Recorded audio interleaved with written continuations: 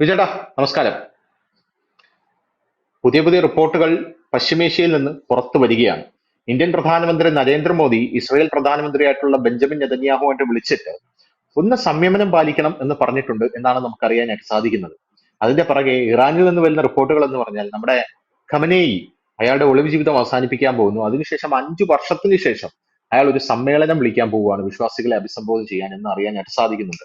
ഇതൊന്നുമല്ല നമ്മുടെ ഏറ്റവും ചർച്ച ചെയ്യപ്പെടേണ്ട ഏറ്റവും ഇമ്പോർട്ടന്റ് ആയിട്ടുള്ള കാര്യം എന്ന് പറയുന്നത്. ഏറ്റവും ഇമ്പോർട്ടന്റ് ആയിട്ടുള്ള കാര്യം എന്ന് പറയുന്നത് ഇന്ത്യ ഇറാനിലേക്ക് പടക്കപ്പലുകൾ അയച്ചിട്ടുണ്ട് എന്നുള്ളതാണ്. എന്തുകൊണ്ടാണ് ഇന്ത്യ ഈ ഒരു സാഹചര്യത്തിൽ പടക്കപ്പൽ അയക്കാനുള്ള കാരണം? ഇന്ത്യയുടെ ഔദ്യോഗികമായിട്ടുള്ള വിശദീകരണം എന്ന് പറയുന്നത് പേർഷ്യൻ ഗൾഫിലേക്ക് ഞങ്ങൾ പടക്കപ്പൽ അയക്കുന്നത് പരിശീലന വിന്യാസത്തിനായിട്ടാണെന്നാണ് ഇന്ത്യ പറയുന്നത്. 3 പടക്കപ്പലുകൾ ഇറാനിലെ ബന്ദർ അബ്ബാസിലാണ് എത്തിയിട്ടുള്ളത്. അവിടെ നല്ല സൊഫിസ്റ്റിക്കേറ്റഡ് ആയിട്ടുള്ള പടക്കപ്പലാണ്. പ്രൊഫഷണൽ എക്സ്ചേഞ്ചുകളിലൂടെയും അഭ്യാസങ്ങളിലൂടെയും സമുദ്ര സഹകരണം ശക്തിപ്പെടുത്താനാണ് ഞങ്ങൾ അങ്ങോട്ടേക്ക് പടക്കപ്പൽ അയച്ചിരിക്കുന്നത്. അല്ലാതെ വേറെ ഒരു തരത്തിലുള്ള ദുരുദ്ദേശവും അതിനകത്തില്ല എന്നാണ് ഇന്ത്യ പറഞ്ഞിരിക്കുന്നത്. INS Shardul, INS Tir, ICGS വീര എന്നിങ്ങനെയുള്ള 3 പടക്കപ്പലാണ് അവിടെ ഇപ്പോൾ എത്തിയിരിക്കുന്നത് നിലവില്. ഇറാനിയൻ നാവികസേനയുടെ കപ്പലായിട്ടുള്ള സെറയാണ് ഇതിന് ഔദ്യോഗികമായിട്ടുള്ള സ്വീകരണം നൽകിയത് എന്നറിയാനായിട്ട് സാധിക്കുന്നുണ്ട്. ഈ പശ്ചിമേഷ്യയിൽ സംഘർഷം ഇത്രയധികം അതിഭീകരമായി കൊടുമ്പിരി കൊണ്ട് നിൽക്കുന്ന സാഹചര്യത്തിൽ ഇന്ത്യ ഈ സമയത്താണോ പരിശീലനം കൊടുക്കാനായിട്ട് പടക്കപ്പൽ അങ്ങോട്ടേക്ക് അയക്കുന്നത് എന്നുള്ളൊരു ചോദ്യമുണ്ട്. ഇതിന്റെ പിന്നിൽ വേറെ എന്തൊക്കെയോ ലക്ഷ്യങ്ങൾ ഇന്ത്യക്ക് ഉണ്ടല്ലോ. ഇറാനെ സഹായിക്കാനാണോ, ഇസ്രായേലിനെ സഹായിക്കാനാണോ, അല്ലെങ്കിൽ ഇവർ തമ്മിലുള്ള യുദ്ധത്തിൽ ഇന്ത്യ നേരിട്ട് ഇടപെടുകയാണോ, ഇന്ത്യ നേരിട്ട് ഇടപെട്ട് ആ യുദ്ധം തീർക്കാനുള്ള ഒരു നീക്കമായിട്ടാണോ നമ്മൾ ഇതിനെ കാണേണ്ടത്? എന്തായാലും ഒരു വമ്പൻ വാർത്തയാണ്. കഴിഞ്ഞ ദിവസം അതിന് പറഞ്ഞു. ഇറാൻ കഴിഞ്ഞ ദിവസം ഇറാൻ ഈ ഇസ്രായേലിന് നേർക്ക് നടത്തിയ മിസൈൽ ആക്രമണം, അതിനവർ നൽകിയിരിക്കുന്ന ഒരു പേരുണ്ട്. ധനുഷ് ശ്രദ്ധിച്ചോ എന്ന് എനിക്കറിയില്ല. പ്രോമിസ് ടു പ്രോമിസ് എന്നാണ് അതിന് പേരിട്ടിരിക്കുന്നത്. എല്ലാ സൈനിക ഓപ്പറേഷൻസിനും പേരുണ്ടാകും. നമ്മുടെ അതിനും പേരുണ്ട്. എല്ലാ ചെറുതും വലുതുമായി. നമ്മുടെ ഈ ഓപ്പറേഷൻ ഗംഗ എന്നാണ് ഇട്ടിരിക്കുന്നത്. കുട്ടികളെ കൊണ്ടിരുന്ന ഒരു പരിപാടി ആയിരുന്നെങ്കിൽ പോലും അത് നമ്മുടെ ഒരു സൈനിക ഓപ്പറേഷൻ തന്നെയാണ് ഈ വിദേശ രാജ്യങ്ങളിൽ കൊടുക്കുന്നവരെ എടുത്തിരിക്കുന്നത്. അപ്പൊ കഴിഞ്ഞ ദിവസം ഈ ഇറാൻ ഇസ്രായേലിന് നേർക്ക് വിട്ടിരിക്കുന്ന മിസൈൽ ഓപ്പറേഷന്റെ പേര് പ്രോമിസ് ടു പ്രോമിസ് എന്നാണ്. എന്താണ് പ്രോമിസ് ടു പ്രോമിസ്? അപ്പോൾ ആർക്കെങ്കിലും കൊടുത്ത പ്രോമിസ് അല്ലെ, ആ പ്രോമിസ് ഞങ്ങൾ ഇതാ ചെയ്തിരിക്കുന്നു, അതായിരുന്നു അവരുടെ ലക്ഷ്യം. അതിൽ നിന്ന് തന്നെ വ്യക്തമാണ് അവരുടെ ലക്ഷ്യം എന്താണ്. അല്ലാതെ ഇസ്രായേലിന് എതിരെ ഭയങ്കര ഒരു അറ്റാക്ക് നടത്തുക എന്നുള്ളതല്ലായിരുന്നു ലക്ഷ്യം. അതായത് അവർ ഹിസ്ബുള്ളക്ക് കൊടുത്ത പ്രോമിസ്, അവർ ഇറാൻ ജനതയ്ക്ക് കൊടുത്ത പ്രോമിസ്, അവർ ഹൂത്തികൾക്ക് കൊടുത്ത പ്രോമിസ്, ആ പ്രോമിസ് ഇതാ ഞങ്ങൾ നടപ്പാക്കിയിരിക്കും. 181 മിസൈലുകൾ ഞങ്ങൾ അങ്ങോട്ട് വിട്ടിരിക്കും, ഞങ്ങൾ നടപ്പാക്കിയിരിക്കും. അത്രേ ഉള്ളൂ അതിന്റെ ഒരു കാര്യം. ഇനി ഇതിന്റെ ഒരു അടുത്ത സ്റ്റെപ്പ് ഉണ്ട്. സ്വാഭാവികമായും ഇസ്രായേലിനെ പോലെ ഒരു രാജ്യം തിരിച്ചടിക്കും. എന്തുകൊണ്ട് അവർ തിരിച്ചടിക്കുന്നില്ല ഇപ്പോൾ എന്ന് ചോദിച്ചു കഴിഞ്ഞാൽ എനിക്ക് തോന്നുന്നത് ഒക്ടോബർ 7 വരെ അവർ അടിക്കാൻ സാധ്യതയില്ല. കാരണം അവരെ സംബന്ധിച്ച് വളരെ ഭയങ്കരമായ ഒരു പവിത്രമായ ദിനങ്ങളാണ് ഈ കടന്നു പോകുന്നത്. ഒക്ടോബർ 7 അവരുടെ ഇപ്പൊ അവരുടെ പുതുവർഷം, അതുപോലെ തന്നെ അവിടുത്തെ ഈ ജൂതവംശജരെല്ലാവരും ഉപവാസവും ഒക്കെ എടുക്കുന്ന ദിവസങ്ങളാണിത്. അതിന് സബാത്തെന്നോ അങ്ങനെയാണ് അതിന് പറയുന്നത്. അപ്പൊ അങ്ങനെ നിൽക്കുന്ന ഈ അവസ്ഥയാണ്. ഈ സാഹചര്യത്തിൽ അവർ യുദ്ധത്തെ കുറിച്ചോ മറ്റൊന്നിനെ കുറിച്ചോ ചിന്തിക്കാറില്ല. അതുകൊണ്ടാണ് ഇന്നലെ UK പറഞ്ഞത് ഇസ്രായേൽ ഇന്ന് അടിക്കില്ല, അത് ഞങ്ങൾ ഉറപ്പിച്ച് പറയുന്നു എന്ന് പറയുന്നതിന്റെ കാരണം അവർ ആ ദിവസം അത് ചെയ്യില്ല. കാരണം ഇതും കൂടെ കാൽക്കുലേറ്റ് ചെയ്തിട്ടാണ് ഇറാൻ ഇങ്ങനൊരു പണി നടത്തിയത്. അതായത് കഴിഞ്ഞ ദിവസം മറ്റേ സഫദീനെ തട്ടിയ വാർത്ത പുറത്തു വന്നിട്ടുണ്ടല്ലോ, ഹിസ്ബുള്ളയുടെ പുതിയ യുദ്ധം സ്റ്റോപ്പ് ചെയ്യാൻ പറ്റില്ല. യുദ്ധം കണ്ടിന്യൂസ് നടന്നുകൊണ്ടിരിക്കും. പുതിയൊരു മുഖമാണല്ലോ ഇറാനായിട്ട് തുടങ്ങുന്നത്. പുതിയൊരു അടിയാ തുടങ്ങുന്നത്. പുതിയ അടി അവർ തുടങ്ങുന്നില്ല എന്നേ ഉള്ളൂ. മറ്റേ യുദ്ധങ്ങളൊക്കെ കണ്ടിന്യൂസ് ചെയ്തുകൊണ്ടേ ഇരിക്കുന്നുണ്ട്. അപ്പൊ അതൊരു റീസൺ ആണ്. അതായിരിക്കാം എന്ന് നമ്മൾ കരുതുന്നു. അതോ ഇനി അതോടൊപ്പം തന്നെ ഇപ്പോൾ ഏറ്റവും വലിയ ഇന്റർനാഷണൽ വാർത്ത എന്ന് പറഞ്ഞാൽ ബൈഡനുമായിട്ട് നെതന്യാഹു നിരന്തരം ചർച്ച നടത്തുന്നു. കാരണം അത് ഈ ആണവ കേന്ദ്രങ്ങൾ ആക്രമിക്കുന്നതിനെ ചൊല്ലിയുള്ള ചർച്ചയാണ്. അപ്പോ ഏറ്റവും ഒടുവിൽ നമുക്ക് ഈ റോയിട്ടേഴ്സ് അടക്കമുള്ള മാധ്യമങ്ങളിൽ നിന്ന് മനസ്സിലാക്കാൻ കഴിയുന്നത് പരിമിതമായ രീതിയിൽ അനുവാദം കൊടുത്തു എന്നാണ്. പരിമിതമായ, അതായത് വ്യാപകമായ രീതിയിലുള്ളതല്ല, പരിമിതമായ. അതിപ്പം ഇസ്രായേലിന്റെ കരസേന ലെബനനിൽ കടന്നു കയറിയപ്പോഴും അവർ പറഞ്ഞ പരിമിതമായ കടന്നുകയറ്റം എന്നാണ് പറയുന്നത്. അപ്പൊ കയറി ഇന്ന് രാവിലെ ഞാൻ അറിഞ്ഞത്, അവിടുത്തെ റിപ്പോർട്ടുകൾ അനുസരിച്ച് നോക്കുമ്പോൾ ഏതാണ്ട് 20 ഗ്രാമങ്ങൾ പിടിച്ചെടുത്ത് കഴിഞ്ഞു. 20 ഗ്രാമങ്ങളിൽ നിന്ന് ആൾക്കാരോട് പോകാൻ പറഞ്ഞു. ഇതും അവർ പരിമിതം എന്നാണ് പറയുന്നത്.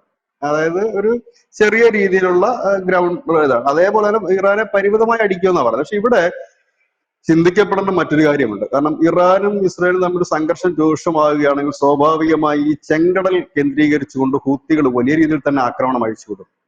ഇപ്പോൾ തന്നെ നിലവില് പല വാണിജ്യ കപ്പലുകളും അതുവഴിയുള്ള റൂട്ട് റദ്ദാക്കി കഴിഞ്ഞിരിക്കുന്നു. കാരണം അത് നമ്മുടെ ലോകത്തിന്റെ തന്നെ വലിയൊരു റൂട്ടാണ്, ഒരു ട്രേഡിംഗ് ഉം, റൂട്ടാണത്. അപ്പൊ ഉം, അവിടേക്ക് ഒരു വലിയ സംഘർഷം ഉണ്ടാകാൻ സാധ്യതയുണ്ട്. ഇന്ത്യയുടെ കപ്പലുകളുണ്ട് അതുവഴി കടന്നു പോകുന്നു, ഇന്ത്യയിലേക്ക് വരുന്ന കപ്പലുകളുണ്ട്. ഇവരെയൊക്കെ ഉം, സംരക്ഷിക്കുക എന്നുള്ളത് നമ്മുടെ ലക്ഷ്യമാണ്. നമ്മുടെ കോസ്റ്റ് ഗാർഡും മറ്റുമൊക്കെ അതിന് ശ്രമിക്കുന്നുണ്ടെങ്കിൽ പോലും ഇപ്പോൾ ഈ ഉം, 3 യുദ്ധക്കപ്പലുകൾ നീക്കിയതിലൂടെ ഇന്ത്യ നൽകുന്ന ഒരു സന്ദേശം അതാണ് എന്നാണ് ഉം, നമുക്ക് മനസ്സിലാക്കാൻ കഴിയുന്നത്. ഇതുവഴി കടന്നു പോകുന്ന ഞങ്ങളുടെ കപ്പലുകളെ സുരക്ഷിതമാക്കുക എന്നൊരു സന്ദേശം ഒന്ന്. രണ്ടാമത്തെ ഒരു കാര്യം, ഈ ഇസ്രയേല് ആണവ കേന്ദ്രങ്ങൾ തകർക്കുകയാണെങ്കിൽ അത് ഈ ഇറാന് മാത്രമല്ല അതിന്റെ ഒരു ദുരന്ത ഫലം അനുഭവിക്കേണ്ടി വരുന്നത്. അത് ഒരുപാട് ഉം, രാജ്യങ്ങൾക്ക് ദുരന്ത ഫലം അനുഭവിക്കേണ്ടി വരും. കാലങ്ങൾ ഏറെ എടുത്താലും അതിന്റെ മുറിവുകൾ, അതിന്റെ കഷ്ടനഷ്ടങ്ങൾ, അതുമൂലം ഉണ്ടാകുന്ന രോഗാതുരിതങ്ങളൊന്നും മാറില്ല. കാരണം നമ്മളിപ്പോ ഒരു ഉം, കോവിഡ് ഒക്കെ കഴിഞ്ഞ് നിൽക്കുന്ന ഒരു സാഹചര്യം കൂടാണ്. ഈ സാഹചര്യത്തിൽ ഉം, കൂടിയാണ് ഇന്ത്യൻ പടക്കപ്പലുകൾ ഇറാന്റെ തീരത്ത് വിന്യസിക്കുകയാണെങ്കിൽ, പ്രത്യേകിച്ച് ഇന്ത്യക്ക് അവിടെ ഒരുപാട് ബിസിനസ് താല്പര്യമുണ്ട് ഇറാനില്. ഉം, നമ്മുടെ ഒരുപാട് കച്ചവടങ്ങൾ നടക്കുന്നുണ്ട്. പ്രത്യേകിച്ച് ചബ്ബാർ തുറമുഖം അടക്കമുള്ളവ നമുക്ക് അവർ നോക്കി നടത്താൻ നൽകിയിട്ടുണ്ട്. ചബ്ബാർ മാത്രമല്ല, ഉം, വേറെ ഏതോ ഒരു തുറമുഖം കൂടെ നമുക്ക് നൽകിയിട്ടുണ്ട്. അപ്പൊ ഇതിനെയൊക്കെ ഉം, പ്രൊട്ടക്ട് ചെയ്യുക, അതായത് നമ്മുടെ ഷിപ്പ് ആക്രമിക്കാൻ വേണ്ടി പോകുന്നതല്ല, പകരം നമ്മുടെ അവിടെ ഷിപ്പ് കിടന്നു. കാരണം ഇസ്രയേലും ഇന്ത്യയും എന്ന് പറഞ്ഞു കഴിഞ്ഞാല് വളരെ അടുത്ത ബന്ധമുള്ള അടുത്ത സുഹൃത്തുക്കളാണ്. സ്വാഭാവികമായി ഇന്ത്യയുടെ ഒരു ഷിപ്പ് അവിടുത്തെ ഒരു ഏരിയ കിടന്നു കഴിഞ്ഞാൽ സ്വാഭാവികമായി ഇസ്രായേൽ ആ ഏരിയ ആക്രമിക്കില്ല. കാരണം നമ്മൾ തമ്മിലുള്ള സൗഹൃദത്തിന്റെ പുറത്ത്, നമ്മൾ തമ്മിലുള്ള അത്ര ഉം, ഒരു ഇടപഴകലിന്റെ പുറത്ത് അതൊന്ന്. രണ്ടാമത്തെ കാര്യം, ഒരുപക്ഷെ ഇന്ത്യ മൂന്നാമത്, നമ്മളുടെ ഇതെല്ലാം നമ്മുടെ നിഗമനങ്ങളാണ്. മൂന്നാമത്തെ ഇതെന്ന് വെച്ച് കഴിഞ്ഞാൽ രൂക്ഷമായ യുദ്ധം നടക്കുകയാണ് എങ്കിൽ നമ്മളുടെ ഉം, ആളുകൾ, അത് ഇറാനിലുമുണ്ട് ഇസ്രയേലിലുമുണ്ട്, അവരെ ഒഴിപ്പിക്കാനുള്ള ഒരു മാർഗവുമായിട്ട് നമ്മൾ ഇതിനെ കാണുന്നുണ്ട്. ഉം, അതിപ്പോ ഇസ്രയേലും ഇറാനിലും മാത്രമല്ല, മറ്റ് അറബ് കൺട്രീസിലേക്കും ഇത് വ്യാപിക്കുകയാണെങ്കിൽ പെട്ടെന്ന് ഒരു ഒഴിപ്പിക്കൽ. കാരണം നമ്മൾ ഈ ലോകത്ത് തന്നെ ഇപ്പൊ ഏറ്റവും പെട്ടെന്ന് പൗരന്മാരെ ഒഴിപ്പിക്കുന്ന ഒരു രാജ്യമായി നമ്മുടെ ഇന്ത്യ മാറിക്കഴിഞ്ഞിരിക്കുക. കാരണം നമ്മളത് ഉം, കണ്ടു. ഉക്രൈനിലൊക്കെ ഒരു ഒറ്റ രാജ്യത്തിന് പോലും ആൾക്കാരെ ഒഴിപ്പിക്കാൻ കഴിഞ്ഞില്ല. കിട്ടുന്ന വണ്ടി കയറി വിട്ടോടാന്ന് മാത്രമേ എല്ലാ രാജ്യവും പറഞ്ഞുള്ളൂ. പക്ഷെ ഇന്ത്യ ഉം, പോയി ഇന്ത്യയുടെ വലിയ വിമാനങ്ങൾ കൊണ്ടുവന്ന് അതിൽ തന്നെയാണ് പാകിസ്ഥാനിൽ ഉൾപ്പെടെ യുക്രൈൻ കടന്നത്. അങ്ങനെ വിവിധ ഉം, രാജ്യങ്ങളിൽ നമ്മളത് കണ്ടതാണ്. അങ്ങനെയും ഒരു സാധ്യത തെളിഞ്ഞു കാണുന്നു. കാരണം ഒരു പെട്ടെന്നൊരു യുദ്ധം ഉണ്ടായി കഴിഞ്ഞാൽ നമ്മുടെ ഇസ്രയേലിലൊക്കെ സംബന്ധിച്ച് ലക്ഷക്കണക്കിനുണ്ട് നമ്മുടെ ആളുകൾ, ഇന്ത്യൻസ്, മലയാളികൾ അടക്കമുള്ള ഉം, ഇന്ത്യൻസ് ഉണ്ട്. ഇറാനിലും നമ്മളുടെ ആളുകൾ ജോലി ചെയ്യുന്നുണ്ട്, നമ്മളുടെ ഒരുപാട് ഉം, കൺസ്ട്രക്ഷൻ വർക്ക് നടക്കുന്നുണ്ട്. ഇത് കൂടാതെ മറ്റേതെങ്കിലും ഗൾഫ് കൺട്രീസുമായി ബന്ധപ്പെട്ടിട്ടുള്ള കാഷ്വാലിറ്റി വന്നു കഴിഞ്ഞാൽ ഒക്കെ നമ്മളുടെ അവിടെ ഒരു കാരണം ഈ സാധാരണ കപ്പലിനേക്കാൾ ഉപരി ഈ യുദ്ധക്കപ്പലുകൾ തന്നെയാണ് ഈ ആൾക്കാരെ കൊണ്ടുവരാനും ഒക്കെ രക്ഷപ്പെടുത്താനായിട്ട് ഉപയോഗിക്കുന്നത്.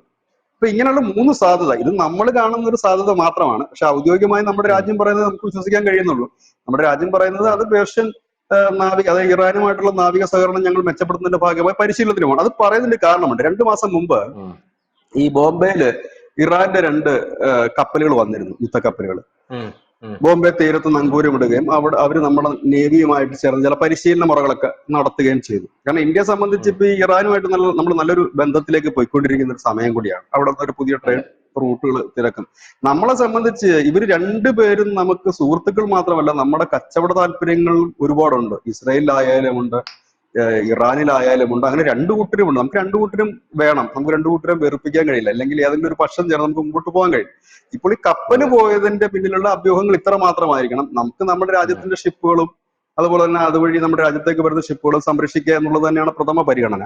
രണ്ടാമത്തെ ഉം, കാര്യം, ഈ ഇസ്രയേലിന്റെ ആക്രമണത്തിന്റെ ഒരു കാഷ്വാലിറ്റി കുറച്ചെങ്കിലും കുറയ്ക്കാൻ പറ്റിയാൽ അത് നല്ലൊരു കാര്യമാകാം. ഇതിനിടയിൽ ഉം, ഇസ്രയേലും ഇറാനുമായിട്ട് ഒരു നയതന്ത്ര ബന്ധം ഇപ്പൊ തുടങ്ങി വെച്ചിട്ടുണ്ട്. പ്രധാനമന്ത്രി ഉം, നരേന്ദ്രമോദി തന്നെ തുടങ്ങി വെച്ചിരിക്കുന്നു. കാരണം കഴിഞ്ഞ ഉം, ദിവസം ഇറാന്റെ അംബാസിഡർ പറഞ്ഞത് എത്രയും പെട്ടെന്ന് ഇന്ത്യ ഇടപെടണം, ഇന്ത്യ ഇടപെട്ടാലേ പ്രശ്നം പരിഹരിക്കും എന്ന് പറഞ്ഞു. ഇസ്രയേലും അതുപോലെ ഉം, തന്നെ പറയുന്നു. ബെഞ്ചമിൻ നെതന്യാഹുവായിട്ട് നമ്മുടെ പ്രധാനമന്ത്രി ഫോണിൽ സംസാരിക്കുന്നു. അപ്പൊ അങ്ങനെ ഒരു നയതന്ത്ര ബന്ധവും പോകുന്നു. ഒരുപക്ഷെ എന്തായാലും ഇസ്രയേൽ തിരിച്ചടിക്കും എന്നുള്ള കാര്യം ഉറപ്പാണ്. അതൊരു ഉം, പക്ഷേ നേരത്തെ പറഞ്ഞ പോലെ പരിമിതപ്പെടുത്തിക്കൊണ്ടുള്ള ഒരു അടിയിലേക്ക് നിർത്തുകയും പിന്നെ ഒരു ഉം, കോംപ്രമൈസിലേക്ക് പോവുകയും ചെയ്തു. അപ്പൊ ഉം, ഇന്ന് നമ്മുടെ അയത്തുള്ള ഖൊമേനി 2020 അദ്ദേഹം ഈ പള്ളിയിൽ നിസ്കാരത്തിനിടയിൽ പ്രഭാഷണം നടത്തുന്നത്. ഇന്നിപ്പോ വീണ്ടും ഉം. അദ്ദേഹം അവിടുത്തെ ഒരു ടെഹ്റാനിലെ ഒരു പ്രധാനപ്പെട്ട മോസ്കിൽ ഇന്ന് അദ്ദേഹം പ്രഭാഷണം നടത്തുന്നുണ്ട്. ഈ നമുക്കറിയാം നിസ്കാരത്തിന് ശേഷം മതപണ്ഡിതന്മാരുടെ ഒരു പ്രഭാഷണം ഉണ്ടാകും. ഇന്ന് പ്രഭാഷണം നടത്തുന്നുണ്ട്. അപ്പൊ ആ ബങ്കറിന്ന് പുറത്തിറങ്ങിയോ പ്രഭാഷണത്തിനകത്ത് പുള്ളി? ഭയങ്കര പുറത്തിറങ്ങണമല്ലോ, ഇല്ലെങ്കിൽ പ്രഭാഷണം നടത്താൻ പറ്റില്ല. ഇനി സ്ക്രീൻ വെച്ചിട്ടാണോ നടത്തുന്നത് അറിയില്ല. പക്ഷെ ഉം, അതിനകത്ത് രസകരമായ കാര്യം, ഇന്നത്തെ ദിവസമാണ് ഈ നസറുള്ളയുടെ ശവസംസ്കാര ചടങ്ങ് ഇറാൻ നടത്തുന്നത്. എനിക്ക് തോന്നുന്നു ഉം, ഒരുപക്ഷെ ഈ ബോഡി അവിടെ നിന്ന് ഇറാനിൽ എത്തിച്ചിട്ടുണ്ടോ എന്നൊരു സംശയമുണ്ട്. കാരണം ഇപ്പോഴത്തെ സാഹചര്യത്തില് ലെബനനിൽ ഈ ബോഡി ശവസംസ്കാരം നടത്തുക റിസ്ക് ആണ്. കാരണം ഉം, ഇടതടവില്ലാതെ ഈ ഇസ്രായേലിന്റെ ആക്രമണം ബെയ്റൂട്ടിലടക്കം നടക്കുമ്പോൾ അവിടെ ഇതൊരു വലിയ ചടങ്ങാക്കി കൊണ്ടുപോവുക റിസ്ക്. കാരണം നമ്മൾ കണ്ടതാണ് ഇവരുടെ ഈ പേജർ പൊട്ടിത്തെറിച്ചതിന് ശേഷം ഈ ശവസംസ്കാര ചടങ്ങിൽ പങ്കെടുത്തവരുടെ വാക്കി ടോക്കിയാണ് പിന്നെ പൊട്ടിയത്. ഉം, അപ്പൊ അങ്ങനെ ഒരു സാധ്യതയുണ്ട്. അപ്പോ സ്വാഭാവികമായി തന്നെ അത് തന്നെയല്ല, ഈ ഹനിയെ പോലെയല്ല ഈ നസറുള്ള. ഹമാസിന്റെ തലവന് ഖത്തറിലായിരുന്നു ശവസംസ്കാരമൊക്കെ ഉം, നടന്നത്. പക്ഷെ ഈ ഹനിയെ പോലല്ല. കാരണം ഈ ഹിസ്ബുള്ള എന്ന് പറയുന്നത് ഇറാന്റെ കുഞ്ഞാണ്, ഇറാന്റെ സ്വന്തം ഉം, ഉം, കുട്ടിയാണത്. ഉം, അപ്പൊ അതിന്റെ ഒരു ശവസംസ്കാര ചടങ്ങും കൂടി ഇന്ന് നടത്തുന്നുണ്ട്. അപ്പൊ ഇന്ന് ചിലപ്പോൾ ഖമേനി കുറെ ഡയലോഗുകൾ വിടാൻ സാധ്യതയുണ്ട്. ഞങ്ങൾ തിരിച്ചടിച്ചു, അത് ഇസ്രായേലിന്റെ മർമ്മപ്രധാന ഭാഗത്തൊക്കെ കൊണ്ടിട്ടുണ്ട്, ഞങ്ങൾ ഉം, ഇനിയും അടങ്ങിയിരിക്കില്ല എന്നൊക്കെ കുറെ സാധനങ്ങൾ പറയാനും ഉം, ലോകത്തെമ്പാടുമുള്ള മുസ്ലിങ്ങളെ ഈ സയനിസ്റ്റ് ഭരണകൂടത്തിനെതിരെ പോരാടാൻ വേണ്ടി ഉദ്ബോധിപ്പിക്കാനും ഒക്കെ ഉം, ഉള്ള സാധ്യതകൾ കാണുന്നുണ്ട്. പക്ഷെ ഇവിടെ ഉം, അതിനകത്തൊരു വേറെ ഒരു വലിയ സുരക്ഷാ സംവിധാനത്തിന് എന്തെങ്കിലും ഒരു ചെറിയ പാളിച്ച പറ്റിക്കഴിഞ്ഞാൽ ചിലപ്പോൾ ഉം, ഇസ്രായേലിന്റെ ഭാഗത്തു നിന്ന് എന്തെങ്കിലും അറ്റാക്ക് ഉണ്ടായേക്കാം. കാരണം സാധ്യത വളരെ കുറവാണ്. അങ്ങനെയും ഒരു സാധ്യത നിലനിൽക്കുന്നുണ്ട്. ഉം. ഈ ഇസ്രായേല് ഈ ആണവ നിലയങ്ങൾ ആക്രമിക്കും എന്നാണല്ലോ പറയുന്നത്. ഈ ആണവ നിലയങ്ങൾ ആക്രമിക്കുമെന്ന് പറയുമ്പോൾ അതിനെ തടയാൻ നമ്മുടെ വാർഷിപ്പ് അവിടെ ഇറക്കുകയാണോ? ഏഹ് എനിക്കത് അതിന്റെ ഒരു ലോജിക്ക് അങ്ങോട്ട് മനസ്സിലാവുന്നില്ല ബിജോട്ട്. അതായത് ഈ ആണവ നിലയങ്ങൾ എവിടെയാണ് ഇരിക്കുന്നത്? അപ്പൊ നമ്മുടെ വാർഷിപ്പ് കൊണ്ടിട്ട് കഴിഞ്ഞാൽ ആണവ നിലയങ്ങൾ തടുക്കാനുള്ള ഒരു നീക്കം ഉണ്ടാവും. അതിന്റെ ഇടയിലൂടെ ഇന്നലെ നമ്മുടെ പ്രധാനമന്ത്രി നരേന്ദ്രമോദി നെതന്യാഹുവിനെ വിളിച്ച് സംസാരിച്ചിട്ടുമുണ്ട്. ഇതിനു മുമ്പും പ്രധാനമന്ത്രി വിളിച്ചിട്ടുണ്ട്. ഞാൻ ചേട്ടനോട് നമ്മുടെ കഴിഞ്ഞ ചർച്ചകളിലൊക്കെ പറഞ്ഞിട്ടുണ്ട്. മോദി അന്ന് വിളിച്ചു പറഞ്ഞത് ഭീകരവാദത്തിനെതിരെ സന്ധിയില്ലാത്ത പോരാട്ടം എന്നുള്ള രീതിയിലാണ് അന്ന് സംസാരിച്ചത്. പക്ഷെ കഴിഞ്ഞ ദിവസം മോദി വിളിച്ചു പറഞ്ഞത് കുറച്ചൊന്ന് ഒന്ന് കുറയ്ക്കാം എന്നുള്ള രീതിയിലാണ് പറഞ്ഞത്. അപ്പൊ നമ്മുടെ ഇന്ത്യ ഇതിൽ സജീവമായിട്ട് ഇടപെടുന്നു എന്നുള്ളതല്ലേ നമുക്ക് അതിൽ നിന്ന് മനസ്സിലാക്കാൻ സാധിക്കുന്നത്. പിന്നെ ഇന്ത്യയിലുള്ള ഇറാൻ അംബാസഡറും പറഞ്ഞിട്ടുണ്ടല്ലോ, ഇന്ത്യയോട് ഹെൽപ്പ് ചോദിച്ചിട്ടുണ്ട്, ഇതൊന്ന് തീർക്കാനായിട്ട് നിങ്ങൾ സഹായിക്കണം എന്ന് പറഞ്ഞ് ചോദിച്ചിട്ടുണ്ട്. അപ്പൊ ഇതിൽ എന്റെ പ്രധാനപ്പെട്ട ഡൗട്ട് എന്ന് പറഞ്ഞാൽ ഇന്ത്യ ഇത് തീർക്കാനായിട്ട് അല്ലേ ഇപ്പൊ കൃത്യമായിട്ട് ഇതിനകത്തോട്ട് ഇറങ്ങുന്നത് എന്നുള്ളതാണ്. പിന്നെ വേറൊരു നെറേറ്റീവ് ഇതിനകത്ത് വരുന്നത്, ഈ അമേരിക്ക എന്ന് പറയുന്ന രാജ്യം, ഈ അമേരിക്കയ്ക്ക് എപ്പോഴും എവിടെയെങ്കിലും ഒരു യുദ്ധം നടന്നുകൊണ്ടേയിരിക്കണം. അത് അമേരിക്കയുടെ ഒരു നിലനിൽപ്പിന്റെ പ്രശ്നമാണ്. പ്രത്യേകിച്ച് പശ്ചിമേഷ്യയിൽ ഇപ്പോൾ ഒരു യുദ്ധം നടക്കേണ്ടത് അമേരിക്കയുടെ ഏറ്റവും വലിയ ആവശ്യമാണ്. കാരണം ഇവന്മാരുടെ ഈ പെട്രോ ഡോളർ എക്കോണമി എന്ന് പറഞ്ഞൊരു എക്കോണമി ഉണ്ട്. ആ എക്കോണമി തകർന്ന് തരിപ്പണമായിക്കൊണ്ടിരിക്കുകയാണ്. ഇപ്പൊ തീർച്ചയായിട്ടും അറിയാലോ, ഡോളർ ഇപ്പം ശക്തി കുറഞ്ഞുകൊണ്ടിരിക്കുകയാണ്. അപ്പോൾ ഒരു യുദ്ധം ഈ പശ്ചിമേഷ്യയിൽ തന്നെ നടന്നു കഴിഞ്ഞാൽ എണ്ണയ്ക്ക് വില കൂടും, സ്വാഭാവികമായിട്ടും ഡോളർ ശക്തിപ്പെടും. അങ്ങനെയുള്ള രീതിയിലോട്ടൊക്കെ കാര്യങ്ങൾ പോകുന്ന ഒരു സാഹചര്യം ഉണ്ടാവും. നമുക്കറിയാം നരേന്ദ്രമോദി എവിടെ ചെന്നാലും പുള്ളിക്കാരൻ ഈ UPI സിസ്റ്റം ഇപ്പൊ അവിടെ അവതരിപ്പിക്കുന്നുണ്ട്. ഇപ്പൊ 30-31 രാജ്യങ്ങളിൽ നമുക്ക് പോയി കഴിഞ്ഞാൽ നമുക്ക് ഡോളറും ഇതൊന്നും വേണ്ട, നമുക്ക് പണം എക്സ്ചേഞ്ച് ചെയ്യണമെങ്കിൽ നമ്മുടെ പൈസ തന്നെ അവിടെ കൈകാര്യം ചെയ്യാനുള്ള സാഹചര്യം. അപ്പൊ ഇതൊക്കെ ഇവർക്ക് വലിയ തിരിച്ചടിയായി എന്നുള്ള റിപ്പോർട്ടുകൾ പല നയതന്ത്ര വിദഗ്ധരും പറയുന്നുണ്ട്. അപ്പൊ ഈ പെട്രോ ഡോളർ എക്കണോമി ഒന്ന് ശക്തിപ്പെടുത്താനായിട്ട് യവന്മാർക്ക് ഒരു യുദ്ധം അവിടെ അനിവാര്യമാണ്. അത് കഴിഞ്ഞ ദിവസം ഈ ചർച്ച നടത്തിയ ഈ യോഗം ചേർന്ന് ചർച്ച നടത്തിയപ്പോൾ ഇസ്രായേലിന് ഇറാനെ കയറി അടിച്ചോളാനുള്ള പൂർണ്ണ പിന്തുണയാണ് അവന്മാർ കൊടുത്തത്. അല്ലാതെ നമ്മൾ പറയുന്നത് പോലെ നിങ്ങൾ യുദ്ധം നിർത്തണം, നിങ്ങൾ ഒന്ന് അടങ്ങണം എന്നുള്ള ഒരു ടോക്കല്ല അവിടെ നടന്നത്. എന്താ തോന്നുന്നില്ല? ഇതിലിപ്പോ ഇന്ത്യക്ക് പ്രത്യക്ഷമായിട്ട് ഇതിനകത്ത് ചെയ്യാനൊന്നുമില്ല. ആകെ ചെയ്യാൻ കഴിയുന്ന സാധനം നയതന്ത്ര നീക്കം മാത്രമേ ഉള്ളൂ. ഇപ്പൊ ഇസ്രായേൽ ഇറാനെ അടിക്കുകയാണെങ്കിൽ അതിനകത്ത് ഇന്ത്യക്ക് പ്രത്യേകിച്ച് റോളൊന്നും ഇല്ല. അടിക്കുന്നെങ്കിൽ അടിച്ചോട്ടെ എന്നുള്ള റോള് തന്നെയാണ് ഇന്ത്യക്കുള്ളത്. പക്ഷെ ഈ അടിയുടെ കട്ടി കുറയ്ക്കുക എന്നുള്ളത് ഇപ്പൊ ധനുഷ് നേരത്തെ പറഞ്ഞതുപോലെ തന്നെ ഈ അമേരിക്കയ്ക്കുള്ള താല്പര്യം പോലെ തന്നെ ഇന്ത്യക്കും ചില ബിസിനസ് താല്പര്യങ്ങളുണ്ട് അതിനകത്ത്. ഈ എണ്ണയുടെ വില ഒക്കെ വല്ലാത്ത രീതിയിൽ കുതിച്ചുയർന്നു കഴിഞ്ഞാൽ അത് നമ്മുടെ സാമ്പത്തിക അവസ്ഥയെ ബാധിക്കും. ഇറാൻ വല്ലാതെ തന്നെ തകർന്നു പോയി കഴിഞ്ഞാൽ നമുക്ക് ഇപ്പോൾ നടന്നുകൊണ്ടിരിക്കുന്ന നമ്മുടെ പല പദ്ധതികളും അവതാളത്തിലാകും. അപ്പോ അതിന്റെ ഇപ്പൊ എന്തായാലും ഇസ്രായേൽ തിരിച്ചടിക്കും. അടിയുടെ ഒരു കാഠിന്യം കുറയ്ക്കുക, അതായത് 10 അടിക്ക് പകരം ഒരു 5 അടിക്കകത്ത് ഒതുക്കുകയാണ് എന്നുണ്ടെങ്കിൽ, കാരണം ഇപ്പൊ ഈ ഇസ്രായേലിനെ സംബന്ധിച്ച് ഇപ്പൊ ഇതിനകത്ത് ഞാൻ പ്രതീക്ഷിക്കുന്ന ഒരു തിരിച്ചടി വ്യാപകമായ രീതിയിലുള്ള ഒരു ഫുൾ സ്കെയിൽ വാറിലേക്ക് ഇത് പോകില്ല. പകരം ഈ ഇറാന്റെ തന്ത്രപ്രധാനമായ ചില മേഖലകളിൽ ഇവര് ഒരു അറ്റാക്ക് നടത്തും. കാരണം ഇസ്രായേലിനെ സംബന്ധിച്ച് വളരെ ഈസി ആയിട്ടുള്ള കാര്യമാണ്. അവരുടെ ഇനി വേണ്ടി വന്ന അവർ ഖമേനിയെ തന്നെ തട്ടിക്കഴിഞ്ഞാൽ പിന്നെ അവർക്ക് വേറെ ആക്രമണത്തിന്റെ ആവശ്യമില്ല. കാരണം അത് അവരത് ശരിയാ. ചെയ്തു കഴിഞ്ഞു. അങ്ങനെ ഉണ്ട്. ഇതൊന്നും വേണ്ട. അവരുടെ ഇപ്പം ഇറാന്റെ തന്നെ 6ഓളം ആണവ കേന്ദ്രങ്ങളുണ്ട് ഇറാനിൽ തന്നെ. അതിനകത്ത് ഏതെങ്കിലും ഒരു ചെറുത് നോക്കി, വലുതല്ല ചെറുത് നോക്കി അടിക്കുക. അതല്ല എന്നുണ്ടെങ്കിൽ അവരുടെ എണ്ണപ്പാടങ്ങൾ, അത് എണ്ണപ്പാടങ്ങളൊക്കെ തീയിടുക എന്ന് പറഞ്ഞു കഴിഞ്ഞാൽ അത് വർഷങ്ങളോളം നിന്ന് കത്തുന്ന ഒരു സാധനം, വലിയ പൊല്യൂഷൻ ഇഷ്യൂസ് ഉണ്ടാക്കുന്ന ഒരു കാര്യമാണ്. ആത്മഹത്യാപരമാണ്. അതൊന്നും ചെയ്യാൻ സാധ്യതയില്ല. കാരണം ഇസ്രായേലിനും കളികളും കാര്യങ്ങളൊക്കെ നന്നായിട്ട് അറിയാവുന്നതാണ്. പക്ഷെ ഇവരെ ഒന്ന് ഭയപ്പെടുത്തുക, ലോകത്തിന് മുമ്പിൽ തങ്ങളുടെ പവർ ഒന്ന് തെളിയിക്കാൻ വേണ്ടി ശക്തമായി ഏതെങ്കിലും ഒരു സ്ഥലത്ത് അവരടിക്കാൻ സാധ്യതയുണ്ട്. അതോടുകൂടി അവർ തൽക്കാലം അത് നിർത്തിവെക്കും. പക്ഷെ യുദ്ധം തീരുന്നില്ല. അതായത് ഇങ്ങനെ ചൂടായി നിൽക്കുന്നു.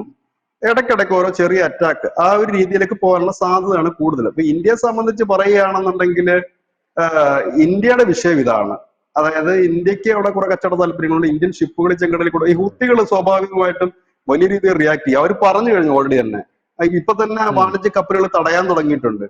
കപ്പലുകളൊക്കെ തിരിച്ചു പോകുന്നുണ്ട്. അപ്പൊ അതൊരിത്. പക്ഷെ ഔദ്യോഗികമായിട്ട് നമ്മൾക്ക് പറയുമ്പോൾ അത് ഒരു എന്താണ്, ഒരു ഫ്രീ എക്സർസൈസ് ആണ് ഇറാനും ഇന്ത്യയും തമ്മിൽ എന്നുള്ള. ഹൂത്തികളെ ഒതുക്കാനുള്ള ഒരു പ്ലാൻ കൂടെ ഉണ്ടോ ഈ കപ്പൽ ഇറക്കിയതിന്റെ പേരിൽ? നമ്മൾ കയറി അടിയോ? നമ്മള് അല്ല, ഇന്ത്യ ഒരിക്കലും ഈ ഹൂത്തികളെ കയറി ഇതുവരെ അടിച്ചിട്ടില്ല, അടിക്കാനും പോകുന്നില്ല. പകരം നമ്മൾ നമ്മുടെ ഷിപ്പുകൾക്ക് പ്രൊട്ടക്ഷൻ കൊടുക്കും. അത് നമ്മൾ ഈ സമീപകാലത്തൊക്കെ ശ്രദ്ധിച്ചാൽ മനസ്സിലാവും. അവന്മാർ നമ്മളുടെ ഇങ്ങോട്ട് ഈ അറ്റാക്ക് ചെയ്താലോ? അവർ അറ്റാക്ക് ചെയ്തിട്ടില്ല ഇതുവരെ. കാരണം നമ്മള് ഇത്രയും നാള് നമ്മൾ ഈ ഹൂത്തികൾ പിടിച്ചെടുത്ത് അത് ഇറാൻ, ഞാൻ പറഞ്ഞില്ലേ, ഇത് രണ്ട് രീതിയിലാണ് ഒരു സംഭവം ഒരാളെ രക്ഷപ്പെടുന്നത്. നമ്മുടെ ആയുധബലം മാത്രമല്ല, കുറെ നയതന്ത്ര നീക്കങ്ങളും ഉണ്ട്. ഈ ഹൂത്തികൾ പിടിച്ചെടുത്ത കപ്പലുകൾ പലതും ഇന്ത്യൻ നാവികസേന ചെന്ന് വെടിയിച്ചതുണ്ട്. അതുപോലെ തന്നെ ഇന്ത്യൻ നാവികസേന മോചിപ്പിച്ചതുമുണ്ട്. നമ്മുടെ കപ്പലുകളൊന്നും അവർ തകർത്തിട്ടൊന്നുമില്ല. പക്ഷെ നമ്മുടെ ഒരു കപ്പൽ തകർന്നു പോയി എന്ന് പറഞ്ഞിട്ട് വലിയ വാർത്തയൊക്കെ മുൻപ് ഉണ്ടായിരുന്നു. പക്ഷെ അത് നമ്മുടെ കപ്പലായിരുന്നില്ല, ബൾഗേറിയയുടെ കപ്പലായിരുന്നത്. അപ്പൊ അങ്ങനെ ചില ഇഷ്യൂസുകൾ അവിടെ ഉണ്ട്. നമ്മൾ രണ്ട് നീക്കങ്ങൾ നടത്തുന്നു. ഒന്ന് നയതന്ത്രപരമായിട്ടൊരു നീക്കവും നടത്തുന്നുണ്ട്. അതായത് ഇപ്പൊ ഇറാന്റെ ആൾക്കാരാണല്ലോ ഈ ഹൂത്തി എന്ന് പറയുന്നത്. അങ്ങനെ നയതന്ത്ര നീക്കം നമ്മൾ നടത്തുന്നുണ്ട്. ഒരു തരത്തിൽ നടത്തുന്നു. പിന്നെ നമ്മൾ നമ്മുടെ കപ്പലുകൾക്കും മറ്റു കപ്പലുകൾക്കും നമ്മൾ ഒരു പ്രൊട്ടക്ഷൻ കൊടുക്കുന്നുമുണ്ട്. അതിന്റെ കൂടെ ഭാഗമായിട്ടായിരിക്കാം. പക്ഷെ ഇത് ഔദ്യോഗികമായി പറയുന്നതനുസരിച്ചാണെങ്കിൽ, പിന്നെ ധനുഷ് ചോദിച്ച ഒരു സംശയമുണ്ട്, ഇത്രയും സംഘർഷം രൂക്ഷമായി നിൽക്കുമ്പോൾ തന്നെ വേണോ ഈ അഭ്യാസത്തിന് അവിടെ പോകേണ്ടതെന്ന്. അതൊരു ചോദ്യമാണ്, ഒരു ഒന്നൊന്നര ചോദ്യം തന്നെയാണത്. കാരണം ഒരു രാജ്യം വലിയ ടെൻഷനിൽ നിൽക്കുമ്പോൾ അവിടെ പോയിട്ട് സൈനിക അഭ്യാസത്തിന് പോകുന്നു, അല്ലെങ്കിൽ ഞങ്ങൾ തമ്മിൽ സഹകരിച്ച് ഒരു സൈനിക അഭ്യാസം നടത്താൻ പോകുന്നു, നമുക്കത് അത്രത്തോളം അങ്ങ് വിശ്വസിക്കാൻ കഴിയുന്നില്ല. എനിക്ക് തോന്നുന്നു ഈ കാഷ്വാലിറ്റി കുറച്ച് കുറയ്ക്കാൻ വേണ്ടിയിട്ടായിരിക്കാം. അതായത് രോഗാതുരരായവരെയോ ഇല്ലെങ്കിൽ അങ്ങനെ സീരിയസ് ആയവരെയോ രാജ്യത്ത് നിന്ന് രക്ഷിക്കാൻ വേണ്ടിയിട്ടൊരു ശ്രമമാകാം. നമ്മുടെ ഇന്ത്യൻ പൗരന്മാരൊക്കെ സമാധാനത്തിന്റെ വെള്ളരിപ്രാവാണോ ചേട്ടാ ഇപ്പൊ ഇന്ത്യ? അല്ല, നമ്മള് അങ്ങനല്ല. നമ്മുടെ പൗരന്മാരെ ഒഴിപ്പിച്ചിട്ടുണ്ട് പല ഭാഗത്തു നിന്നും. അതായത് യുക്രൈനിൽ നിന്ന് പല ഭാഗത്തും. ഇപ്പൊ ഇസ്രായേലിലൊക്കെ അങ്ങനെ വലിയ രീതിയിൽ ഒരു അറ്റാക്ക് ഇറാന്റെ ഭാഗത്തുനിന്ന് ഉണ്ടായാലോ ഇല്ലെങ്കിൽ മിഡിൽ ഈസ്റ്റിന്റെ വേറെ ഏതെങ്കിലും ഒരു ഭാഗത്തുണ്ടായാലോ അതിൽ ഏറ്റവും കൂടുതൽ ബുദ്ധിമുട്ട് അനുഭവിക്കുന്ന രാജ്യക്കാർ ഇന്ത്യ തന്നെയാണ്. നമ്മുടെ അത്രയും ആളുകൾ വേറെ ഒരു രാജ്യത്തിന് എങ്ങും പോയി കിടപ്പില്ല. അതിന്റെ ഭാഗമായിരിക്കാം. അങ്ങനെ പലതരത്തിലുള്ള ഇത്. ഒരുപക്ഷെ ഒരിക്കലും ഒരു കാര്യം നമുക്ക് ഉറപ്പിക്കാൻ പറ്റും, ഇറാനെ സപ്പോർട്ട് ചെയ്യാൻ വേണ്ടിയിട്ട് ഇന്ത്യൻ നാവിക കപ്പൽ അവിടെ പോയി കിടക്കില്ല. ഇസ്രായേലിനെ സപ്പോർട്ട് ചെയ്യാൻ നമ്മൾ പോവില്ല. നമ്മൾ രണ്ട് കൂട്ടരെടുത്തും നമ്മളത് പോവില്ല. നമ്മുടെ ലക്ഷ്യങ്ങൾ നോക്കുന്നത് മിക്കവാറും എനിക്ക് തോന്നുന്നു നമ്മളുടേതായ ചില തുറമുഖങ്ങൾ അവിടെ ഉണ്ട്. അതിന് പ്രൊട്ടക്ഷൻ ഒരുക്കുക എന്നായിരിക്കും നമ്മുടെ ലക്ഷ്യം. അതായത് ഇസ്രായേലിനെ ആക്രമിക്കുക എന്നുള്ളതല്ല. നമ്മുടെ വാർഷിപ്പുകൾ നമ്മൾ പിടിച്ച ചബ്ബാർ തുറമുഖം അടുത്തൊക്കെ ഡോക്ക് ചെയ്യുകയാണെങ്കിൽ സ്വാഭാവികം ഇസ്രായേൽ അവിടെ കൊണ്ട് ബോംബിടത്തില്ല. അവർ നോക്കുമ്പോൾ നമ്മുടെ രാജ്യമാണ്, ഇന്ത്യയാണ്, അവര് ആണിപ്പോ അതിന്റെ പണികളൊക്കെ നോക്കുന്നത് എന്ന് കരുതി അതൊക്കെ ഒഴിവാക്കപ്പെടും. കുറെ സംഭവങ്ങൾ ഒഴിവാക്കപ്പെടാം. പിന്നെ ഇതിന്റെ ഇടയ്ക്ക് വലിയൊരു നയതന്ത്ര നീക്കം നടക്കുന്നുണ്ട്. അതൊരു സ്വാഭാവികമാണ്. ഇന്ത്യ അതിനകത്ത് വലിയ മുൻകൈ എടുത്തുകൊണ്ട് ഒരു നയതന്ത്ര നീക്കം നടത്തുന്നുണ്ട് എന്നുള്ളതാണ്. ഏതായാലും ഒക്ടോബർ 7 വരെ നമുക്ക് കാത്തിരിക്കേണ്ടി വരും. കാരണം ഒക്ടോബർ 7 ഒരു നിർണായക ദിനമാണ് ലോകത്തെ സംബന്ധിച്ച്. അന്ന് ഒരു വലിയ സംഭവം നടക്കും. ഒന്നുകിൽ എനിക്ക് തോന്നുന്നത് ഇസ്രായേല് ശക്തമായി തന്നെ ഇറാൻ ഒരു അടി കൊടുക്കുന്ന ദിവസം ഈ ഒക്ടോബർ 7 ആകാം. അതല്ലെങ്കിൽ ഈ ഒക്ടോബർ 7 ഈ യുദ്ധത്തിന്റെ ഒരു വഴിത്തിരിവാകാം. കാരണം ഇപ്പൊ ഹമാസ് ഒന്നും പിക്ചറിലില്ല, ഹിസ്ബുള്ളയും ഏതാണ്ട് പിക്ചറിൽ നിന്ന് മാഞ്ഞു പോയിരിക്കുന്നു. ഇപ്പൊ നിലവിൽ നിൽക്കുന്നത് ഇറാൻ മാത്രമാണ്. ഹിസ്ബുള്ളയുടെ ഒന്നും ഇപ്പൊ കഥകൾ പോലും കേൾക്കാനില്ല. ഇപ്പം ഡെയിലി മറ്റേ ഹമാസിന്റെ ഒക്കെ വാർത്തകൾ മുൻപ് കേട്ടോണ്ടിരുന്നതാണ് നമ്മള്. അതായത് ഇസ്രായേൽ അടിക്കുന്നു, ഇസ്രായേലിനെ ഹമാസ് തിരിച്ചു. ഇന്നൊരൊറ്റ വാർത്തയില്ല, ഹമാസിന്റെ ഒരു വാർത്തയില്ല. കാരണം തൂത്തുവാരി അവരെ ഏകദേശം നശിപ്പിച്ചു കഴിഞ്ഞു. ഇന്നും ഈ ഹിസ്ബുള്ളയുടെ വാർത്തകൾ ഇപ്പൊ കേൾക്കാനില്ല. ഹിസ്ബുള്ളയുടെ റോക്കറ്റ് ലോഞ്ചറുകൾ ഈ ഇസ്രേലി മാധ്യമങ്ങൾ പറയുന്നത് നമുക്ക് പൂർണ്ണമായും നമ്പാൻ പറ്റില്ല. അവര് ചുമ്മാ ഒരു പറയും അവര് അവിടുന്ന് റോക്കറ്റ് വിട്ടു എന്ന്. പക്ഷെ ഈ റോക്കറ്റ് വിട്ടതിന് വലിയ വാർത്തകളൊന്നും മറ്റ് ഇന്റർനാഷണൽ മീഡിയാസിലൊന്നും നമ്മൾ കാണുന്നുമില്ല. ഇസ്രയേൽ അടിക്കുന്ന വാർത്തകൾ എല്ലാത്തിലും ഉണ്ട്, കയറി നിരങ്ങി അടിക്കുന്ന വാർത്തകളുണ്ട്. പക്ഷെ ഒരിക്കൽ പോലും ഹിസ്ബുള്ളയുടെ ഭാഗത്ത് വലിയൊരു ചെറുത്തുനിൽപ്പ് നമ്മൾ കേൾക്കുന്നുമില്ല. ഈ ഒരു സാഹചര്യത്തിൽ ഇപ്പോൾ ഇറാൻ മാത്രമാണ് അവരുടെ മുമ്പിലുള്ള ഒരു ടാർഗറ്റ്. അതൊരു എന്താ പറയാ, അതൊരു ഡ്രാമ പോലാണ് എനിക്ക് തോന്നുന്നത്. അതൊരു വലിയ ശത്രുതയിലേക്കല്ല, അതായത് ഒരു കോംപ്രമൈസിലേക്ക് എത്തും. ഒരു അടിയോടെ നടക്കും. അതായത് തിരിച്ചൊരടി. ആ അടിയോടുകൂടി രണ്ടു കൂട്ടരും പോർ വിളിക്കും, വെല്ലുവിളിക്കും. അപ്പോഴത്തേനും ലോക രാജ്യങ്ങളൊക്കെ ഇടപെടും. കാരണം ഇന്ത്യ കണക്കൊക്കെ ഉള്ള രാജ്യങ്ങൾക്ക് ഇടപെടാതിരിക്കാൻ പറ്റില്ല. കാരണം ഈ ക്രൂഡ് ഓയിലിന്റെ ഒക്കെ വില കൂടിക്കഴിഞ്ഞാല് ഇപ്പൊ നമ്മൾ ഓടുന്ന റൂട്ടിൽ നമ്മൾ ഒരുപാട് മാറി സഞ്ചരിക്കേണ്ടതായിട്ട് വരും. അങ്ങനെ ഒരു സാഹചര്യം കൂടെ ഉണ്ട്. അതുകൊണ്ടൊക്കെ നമ്മൾ ശരിക്കും ഇടപെടും. ഈ വാർഷിപ്പ് പോയതും ഈ യുദ്ധവുമായിട്ട് എന്തെങ്കിലും തരത്തിൽ ബന്ധമുണ്ടോ എന്ന് നമുക്ക് പറയാൻ കഴിയും. കാരണം യുദ്ധത്തിൽ ഇന്ത്യ ഒരു രാജ്യത്തിന്റെ കക്ഷിയല്ല, നിലവിൽ നമ്മൾ കക്ഷിയല്ല. അപ്പൊ പിന്നെ ഇനി കക്ഷിയാകാനും നമ്മൾ പോകുന്നില്ല. കാരണം നമ്മളെ സംബന്ധിച്ച് ഇറാൻ ആയാലും എന്തിന് ഉക്രൈനും റഷ്യയും തമ്മിൽ യുദ്ധം ഉണ്ടാകുമ്പോൾ റഷ്യയുടെ അടുത്ത സുഹൃത്താണ് ഇന്ത്യ. അവിടെ പോലും നമ്മൾ റഷ്യക്ക് ഒരു യുദ്ധത്തിന് പിന്തുണ കൊടുത്തില്ല. നമ്മളവർക്ക് സാമ്പത്തികവും. പിന്നെ ഞാൻ ഒരു ചെറിയ കാര്യം കൂടെ പറയാം. ഈ ഇറാഖ് ഗൾഫ് വാർ നടന്ന സമയത്ത് നമ്മൾ കേട്ടറിവാണ്, അന്ന് ഈ ഇന്ത്യൻ ഷിപ്പുകൾ, വാർഷിപ്പുകൾ ഇറാഖിൽ പോയിരുന്നു. അന്നത് വാർത്തയായിരുന്നതാണ്. അത് എന്തിനെന്ന് ചോദിച്ചു കഴിഞ്ഞാല് അവിടെ ഈ കാഷ്വാലിറ്റി പറ്റുന്ന പട്ടാളക്കാർക്കും മറ്റുമുള്ള മരുന്നും മറ്റുമായിട്ടാണ് ഇന്ത്യ പോയിരുന്നത്. പക്ഷെ ഇവിടെ വാർഷിപ്പാണ് അങ്ങോട്ട് നീങ്ങിയിരുന്നത്. ആ വാർഷിപ്പ് മുഖേനയാണ് നൽകിയിരുന്നത് ഒരു വാർത്ത കേട്ടിട്ടുണ്ട്. എന്ന് വെച്ചാൽ ഇറാഖ്, ഒരു സൈഡിൽ ഇറാഖ് ഒറ്റയ്ക്ക് സദാം ഹുസൈൻ പോരാടുകയും അന്ന് ഇറാഖ് ഇന്ത്യയായിട്ട് നല്ല സൗഹൃദമുള്ള ഒരു രാജ്യം കൂടെയായിരുന്നു. മറുഭാഗത്ത് അമേരിക്ക, അന്ന് നരേന്ദ്രമോദി ഒന്നും അല്ലല്ലോ ഭരിക്കുന്നത്. അപ്പൊ നമ്മുടെ ഷിപ്പുകൾ അവിടെ പോയിരുന്നു. വലിയ രീതിയിൽ മരുന്നുകളും അവർക്ക് ഈ മുറിവ് വെച്ച് കെട്ടാനുള്ള ബാൻഡേജ് അടക്കമുള്ളവ നമ്മളാണ് നൽകിയത്. അതിനു വേണ്ടിയിട്ടാണ് നമ്മുടെ ഷിപ്പുകൾ അവിടെ പോയത്, അവർക്ക് വേണ്ട ഭക്ഷണങ്ങളൊക്കെ ആയിട്ട്. ഒരു പക്ഷേ ഞാൻ പറയുകയാണ്, ആ ഒരു വാർത്തയെ പോലെ തന്നെ ഒരു പക്ഷേ ഇവിടെയും അങ്ങനെ ഒരു കാഷ്വാലിറ്റി ഒക്കെ വരികയാണെങ്കിൽ മെഡിസിൻസോ അല്ലെങ്കിൽ മറ്റ് സൗകര്യങ്ങളോ, ഇപ്പൊ വാർഷിപ്പ് പോകുന്നു എന്ന് പറയുമ്പോഴത്തേനും യുദ്ധം എന്നുള്ള രീതിയിൽ നമ്മൾ അതിനെ കാണാതിരുന്നാൽ, അതിനെ മറ്റൊരു അർത്ഥത്തിൽ കണ്ടാൽ ഒരു പക്ഷേ ഈ മെഡിക്കൽ എക്യുപ്മെന്റ്സുകളും മെഡിക്കൽ ഐറ്റംസുകളും മറ്റുമായി ഒരു വലിയ കാഷ്വാലിറ്റി സംഭവിക്കുകയാണെങ്കിൽ. ചേട്ടൻ പറഞ്ഞു വരുന്നത് എന്തായാലും ഇറാൻ അടികൊണ്ട് ചോര തുപ്പും, എന്നാ പിന്നെ ഞങ്ങൾ ആദ്യം തന്നെ ആംബുലൻസുമായിട്ട് വന്ന് കിടക്കാന്നുള്ള രീതിയിലാണ്. അല്ല, ഇറാഖ് സമയത്ത് നമ്മൾ അങ്ങനെ ചെയ്തു. കാരണം ലോക രാജ്യങ്ങൾ മുഴുവൻ ഇറാഖിനെ ഒറ്റപ്പെടുത്തി ഉപരോധിച്ച് വളഞ്ഞു നിൽക്കുന്ന സമയത്ത് നമ്മൾ നമ്മുടെ ഷിപ്പിനെ അയച്ചിരുന്നു. അന്ന് അതിന്റെ വാർത്ത വന്നത് ഈ ഷിപ്പിൽ നമ്മൾ ഇത് ചെയ്തിരുന്നു എന്നുള്ളതാണ്. ഇത്തരം കാര്യങ്ങൾ നമ്മൾ അവർക്ക് നൽകിയിരുന്നു. അത് നൽകാൻ വേണ്ടിയിട്ടാണ് നമ്മൾ പോയത്. അതുകൊണ്ടാണ് നമ്മുടെ ഷിപ്പുകളെ വേറെ രാജ്യങ്ങൾ ആക്രമിക്കുക പോലും ചെയ്തില്ല. കാരണം സ്വാഭാവികമായിട്ട് ഒരു ഷിപ്പ് പോകുമ്പോൾ എന്തിനാണെന്ന് അറിയാമല്ലോ, ഇത് കൊടുക്കാനായിരുന്നാണ് പറയുന്നത്. ഇനി അതാണോ എന്ന് എനിക്ക് അറിയില്ല, ഞാൻ പറയുകയാണ്. അതിനും ഒരു പോസിബിലിറ്റി ഉണ്ട്. അത് അങ്ങനെയും കൊണ്ട് നേരത്തെ തന്നെ മരുന്നു. എന്തായാലും എല്ലാത്തിനും ഒരു പോസിബിലിറ്റി ഉണ്ട്. ഇതിൽ പറഞ്ഞ ഒരുപാട് ഒന്നാമത് നമ്മുടെ ആൾക്കാർ ഇങ്ങോട്ടേക്ക് ഒഴിപ്പിക്കാനായിരിക്കും. അല്ലെങ്കിൽ ഇസ്രായേൽ ഇങ്ങോട്ടേക്ക് ആക്രമിക്കുമ്പോൾ എന്താണ്, ഞങ്ങളുടെ പടക്കപ്പൽ കിടക്കുന്നുണ്ട്, ആക്രമണത്തിന്റെ കുറച്ച് പോർഷൻസ് എങ്കിലും അവർ ഒഴിച്ചിടും എന്നുള്ള ഒരു ശുഭാപ്തി വിശ്വാസത്തിലായിരിക്കും. പിന്നെ നമ്മുടെ ചരക്ക് കപ്പലുകളൊക്കെ അതുവഴി പോവുകയാണ്, അതിനൊരു പ്രൊട്ടക്ഷൻ എന്ന രീതിയിലായിരിക്കും ഇന്ത്യയിലെ പടക്കപ്പൽ അവിടെ പോയത്. പക്ഷെ ഇന്ത്യ ഇപ്പോൾ ഔദ്യോഗികമായിട്ട് പറഞ്ഞിരിക്കുന്നത് പരിശീലനം, ഞങ്ങൾ പരിശീലനത്തിന് വേണ്ടിയിട്ടാണ് പോയിരിക്കുന്നത്, ഞങ്ങൾക്ക് അതിനകത്ത് വേറെ യാതൊരുവിധ എന്താണ് ദുരുദ്ദേശങ്ങളുമില്ല എന്നാണ് പറഞ്ഞിരിക്കുന്നത്. ചോദ്യം എന്ന് പറഞ്ഞു കഴിഞ്ഞാൽ ഇറാൻ കത്തുമ്പോ തന്നെ പരിശീലനത്തിനായിട്ട് പോകുന്ന ഒരു സെറ്റപ്പ് ഉണ്ടല്ലോ. ഇറാൻ ഇപ്പൊ അവിടെ കത്തിക്കൊണ്ടിരിക്കുകയാണ്. ആ സമയത്ത് പിന്നെ അവസാനം പറഞ്ഞ പോസിബിലിറ്റി എനിക്ക് വളരെ കൺവിൻസിംഗ് ആയിട്ട് തോന്നി. കാരണം എന്തായിരുന്നാലും ഇസ്രായേൽ അടിക്കുമ്പോൾ ഇറാന് തിരിച്ചടിക്കാൻ പറ്റില്ലെന്ന് അറിയാം. എന്നാ പിന്നെ നമ്മൾ ആദ്യം തന്നെ വാക്സിനും ഡിസാസ്റ്റർ എയ്ഡ്സും ആയിട്ട് വന്ന് കിടക്കാം. മറ്റേ ഏതോ ഒരു സിനിമയിലുണ്ടല്ലോ, സുരാജ് വെഞ്ഞാറമൂട് ഈ ബിജു മേനോന്റെ അടുത്തിരിക്കുകയായിരിക്കും. അപ്പൊ മല്ലു സിംഗ്, അപ്പൊ ഉണ്ണി മുകുന്ദൻ വന്നിറങ്ങുമ്പോ സുരാജ് ഓടിക്കളഞ്ഞിട്ട് ഈ ഉണ്ണിമുന്തൻ എന്തൊക്കെയോ പറഞ്ഞിട്ട് തിരിച്ചു പോകും. അപ്പൊ സുരാജ് ഓടി തിരിച്ചു പോയി. അപ്പൊ കയ്യിൽ കുറെ ബാൻഡേഡും കാര്യങ്ങളൊക്കെ കാണും. എവിടെ മുറിവ് എന്ന് പറഞ്ഞു.